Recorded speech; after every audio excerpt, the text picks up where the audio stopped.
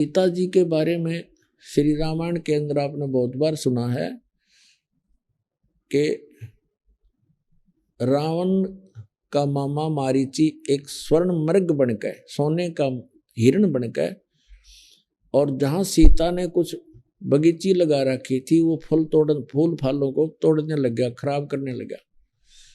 और जो ही सीता की दृष्टि पड़ी वो सोने का मृग बहुत सुंदर लगा। उसने अपने पति से कहा कि इस मृग को मेरे लिए लाओ पकड़ के, जिंदा या मुर्दा, नहीं तो मैं अनशन कर दूंगी। अब राम विवश हुए और लक्ष्मण को कहकर चल पड़े कि ये मैं लाता हूं, इसको जहां तक मैं प्राप्त होगा तो मत आना, और यहाँ सीता की सुरक्षा रखना, जंगल का काम। श्री राम वाण लेकर चल पड़ा। मृग आगे चल के बहुत दूर ओझल हो गया, काफी दूर निकलकर वहां से आकाशवाणी कर दी, हाय भाई मर गया, हाय भाई मर गया। लक्ष्मण और सीता ने दोनों ने सुनी आवाज, तो सीता ने कहा कि तेरे भाई आपत्ति में है, आप जाइए और उसको बचाइए। लक्ष्मण ने कहा कि ये कोई जाल है, मेरे भाई पर कोई आपत्ति नहीं हो सकती, आपको पता नहीं है उनके सामर्थ्य का। लेकिन वो नहीं मानी और उल्टी सुल्टी कुछ उठपटांग बातें कह दी कि तेरे मन में दोष है, तू चाहता वो मर जाए, मुझे पत्नी बनाना चाहता है, तो इसलिए नहीं जाना चाहता। इससे दुखी होकर वो सूरवीर कहने लगा कि माता ठीक है, आज तक ये मन में दोष भी नहीं था, पर आपने गलत बात बोल दी। पर एक काम करना, हम ये एक मंत्र बोलकर रेखा खींच कर जाता हूं, इससे बाहर मत जाना, तुझे बाहर जाएगी तो हानि हो जाएगी। वो चला गया, पीछे से रावण आ गया। वो तो इंतजार थी कि ऐसे ऐसे बनेगी, उठा के लानी थी उसको, तो उसको पता नहीं था कि रेखा ऐसी खींच रखी है। तो रावण आया साथ दो रूप बनाकर भिक्षा लेने के लिए। पहले उसने आवाज लगाई कि माई भिक्षा दो। सीता ने कहा जी यहाँ आकर ले जाओ, झोंपड़ी के पास, कुटिया के पास। रावण आने लगा तो उसमें से एकदम ऐसी लपट निकली, कोई 10 कदम पीछे गया और फिर कहा कि आप यहाँ बाहर आकर के भिक्षा दो, नहीं तो आपने तो मुझे मरवा दिया था। ये पता नहीं कितनी भयंकर रेखा है, कैसी। तो सीता जी ने सोचा क्या फर्क पड़ा है, अभी आटा देकर वापस आ जाऊंगी, अभी भिक्षा डालकर अभी आ जाते हैं। अब वो जरा सी उससे बाहर निकली रेखा से और उसने पकड़ दी बाजू, यहां से घेर ली कमर पे, लंका में पटकी जाके।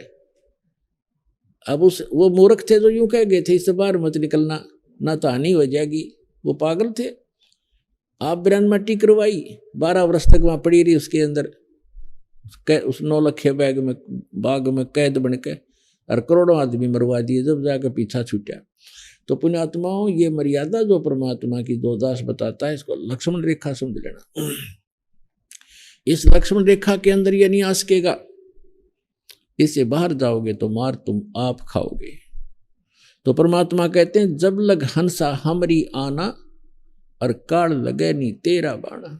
मर्यादा भंग होकर के भी आप अपने हानि उठा सकते हो और आपको लाभ भी बंद हो जाएगा। उसके लिए तरीका है कि वापस आइए और अपना नाम खंडित है उसको, कनेक्शन को दोबारा सुचारू करवाइए।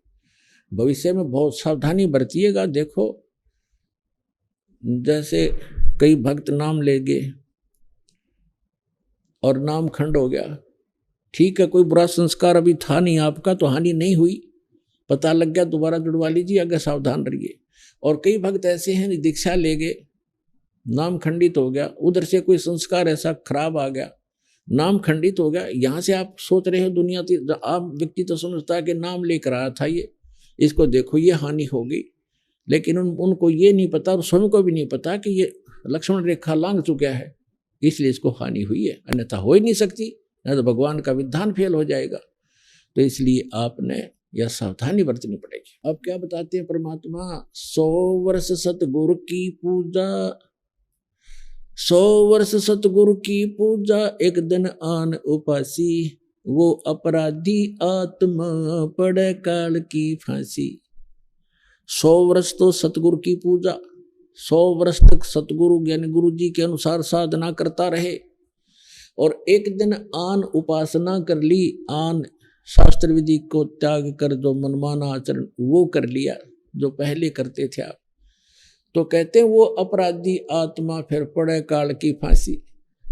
अब क्या होगा, कैसा बुरा बनेगा आपके साथ।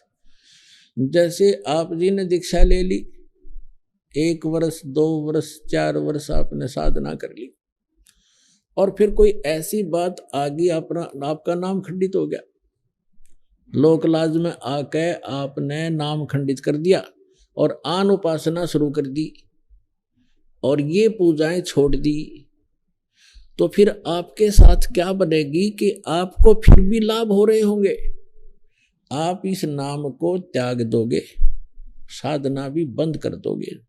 नाम खंडित हो गया तो साधना ये करते भी रहना कोई लाभ नहीं होगा। जैसे कनेक्शन कट गया और बटन दबाते रहो, स्विच ऑन करते रहो, सारे पंखियों के भी, कूलर के भी, मोटर के भी, आपको भ्रम है कि लाइट चलेंगे नहीं। वो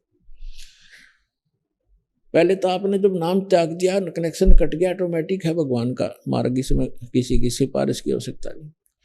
तो आप ये सोच रहे हो कि मैं भक्ति भी कर रहा हूँ और दूसरी भी सब शुरू कर दी और गुटी शूटी भी लानी शुरू कर दी और सब मर्यादाएं लांग दी, तो और फिर भी हानि नहीं हो रही आपको, आपका और हौसला बुलंद होता चला जाएगा, दुर्भाग्य होगा आपका। वो कारण क्या होगा कि 2 वर्ष 4 वर्ष जो आपने विधिवत साधना करके जो पुण्य इकट्ठे कर लिए, वो आपके संग्रहित होंगे, आपकी बैटरी चार्ज होगी इन्वर्टर की, और आगे चार्जर खत्म हो गया, कनेक्शन रहा नहीं, लाइट आपके पास है नहीं, चार्जर काम कर नहीं रहा, तो उस समय भी आप अपने पंखे चल रहे हैं, ट्यूब जग रही है, कूलर भी चल रहा है और आपको नो प्रॉब्लम।